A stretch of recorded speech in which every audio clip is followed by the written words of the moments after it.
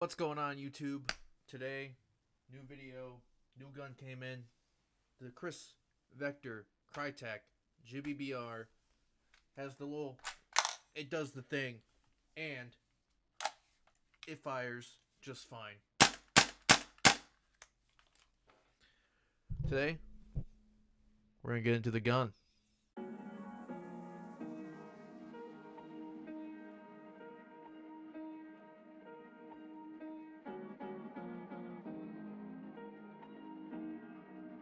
Hey, what's going on?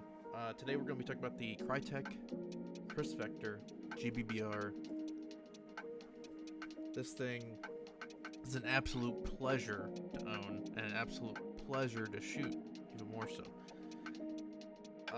This thing uses KRYTAC's 45 ACP style mags. They're aluminum. They hold, I think, 40 plus rounds in them. These things are surprisingly really light because they're aluminum, and then the bottom bit's polymer. Unfortunately, Glock mags will not work, and these will not work in Glocks. I've been asked that quite a bit. This is 45 ACP. Typically TM and Elite Force Glocks are 9mm style, which is a totally different mag style. So, with that being said, let's talk about it. This thing has a folding stock. The hop-up adjustments underneath my flashlight mount over here, and you just take this thing off, and it's gonna be right in there, which you can see the reflection of it. This thing you take out, click it, and it has a nice click to it, so it's actually pretty nice to shoot in the hop-up because it gives you that positive feedback. And you can kind of see where I need 3 clicks to the left, 3 clicks to the right, whatever. I put on the flashlight mount, grip, and optic.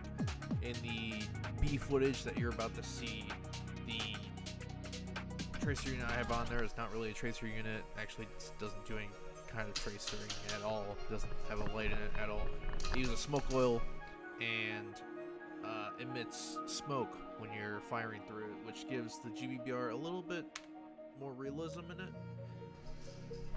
I unfortunately was only able to get through 5 or 6 rounds.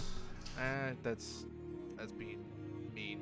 Probably 15 to 20 rounds per mag, just because of how cold it was in my indoor field that I typically play at. There's very little heat in the way of heating, so unfortunately GBBRs in the wintertime aren't typically the best thing to, run. But nonetheless, shoots like a dream. Very fun gun to use, like most GBBRs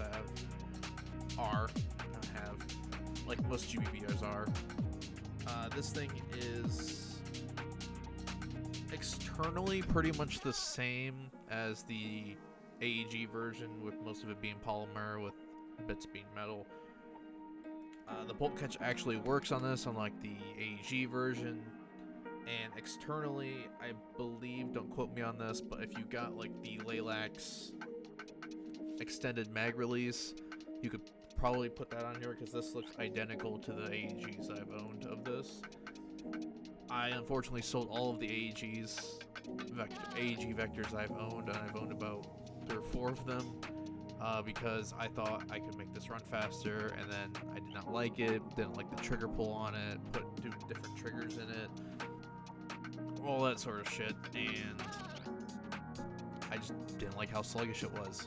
With this thing, which is actually cheaper than the AEG version, you're not paying so much for a premium for owning a Vector, and this thing kind of fucks. It kind of fucks more than a KWA does.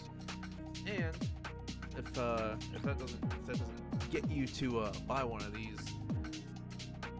they've already stated that they're going to be supporting aftermarket parts for this thing, as well as replacement parts. I've already seen replacement parts up for sale, which is wonderful, because if bits break in a proprietary system, usually it's like climbing Mount Everest sideways and upside down, which sideways would make it easier. It's like climbing 2 Mount Everests just to get parts for this thing. Right now I have a Vector Optic on here. Vector Optics T1 replica, Olight Odin, and a Real Steel PTS grip. It features 14mm counterclockwise threads, which is wonderful. Which, obviously, if I mounted a suppressor to this thing, probably has 14mm counterclockwise. The barrel length is about, say about that. Let's put in perspective. I just have my pen. It's about that. That's about how tall it is right there. So from the bottom to the top. It is not a long barrel, but it is surprisingly accurate with and consistent with how the BBs are thrown down. The trigger pull on it is actually pretty crisp. Do that right now.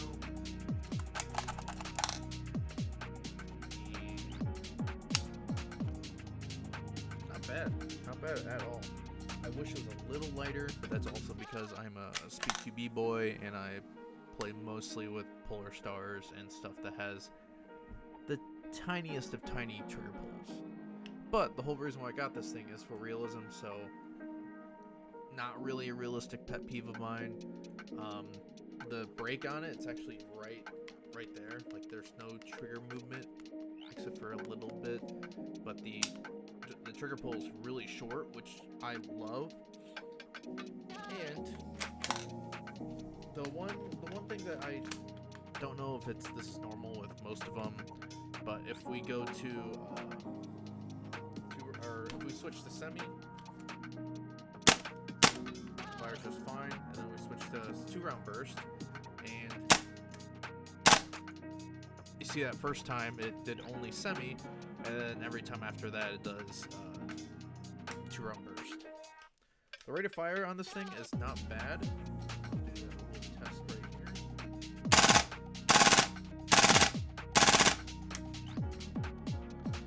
It's not bad for a GBBR. It's pretty on point. KRYTAC did a very good job with this thing. I can't really speak to the reliability of it and longevity of it because I've only used the thing once, and right now it is about 3 degrees outside, so probably not the best time to use this thing.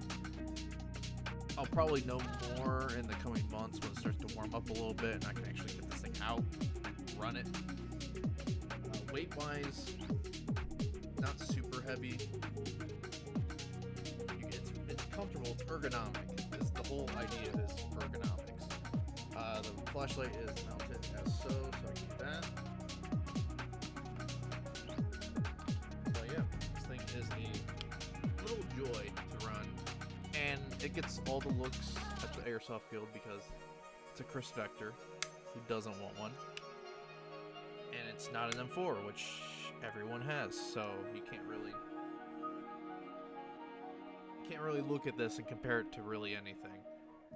Mag-wise, these mags typically with proprietary stuff that uses gas mags are pretty hard to come by after for initial rush of everyone buying the thing. Which is why I bought this and 6 additional mags, so hoping that will tide me over until, you know, the shortage, or maybe what will be the shortage is over. These things are available for pre-order on eBay. Not a sponsor, just stating where I got mine from with eBay. I'm pretty sure it was the first batch of them, and now if you pre-order them, you won't get them to the end of February, so I guess these are selling like crazy, so feel free to pre-order yours. These are lovely rifles, sturdy, very, very sturdy for being polymer, and polymer will always have that little bit of flex, but this thing is durable. You could probably drop this thing and it most likely will not break. The teardown, so I ran into a problem where I was racking it and there's already a BB in the chamber, so when I went like that, the bolt got stuck. So when I took the mag out and racked it back, the BB fell into the recoil system that's in here, and you start shaking it around, and the BB's rolling around, and you can't shake it out. So the teardown, much like the AEG version with the quick change, is these two pins right here, and you just tear them out. Whole thing drops out. I got the one BB out. I put it right back in. Put these pins back in, and you're good to go. This thing is pretty easy to tear down. I can't speak to changing out the inner barrel and bucking and all that kind of stuff because I haven't messed with the upper part of this. But the bolt to take it out is literally just these two pins. Right. And that's it. So thank you guys for watching. Be sure to subscribe because I'm definitely going to be using this thing when it gets warmer out. This thing is going to be a ton of fun to run around with. I already had a little bit of fun. Unfortunately, it was cold, so I couldn't have all the fun, but this thing's got me hooked. I'm definitely going to be running this thing a lot more.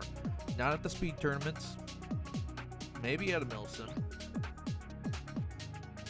Maybe. But definitely when it gets warmer, I will be definitely running this at my local field or fields. And maybe take it to different places and try to have fun with it, such as a speed tournament. Just maybe take it and do like use it for a practice round or something like that, just because it's a lot of fun. Pro years now. It's a Chris Factor, baby.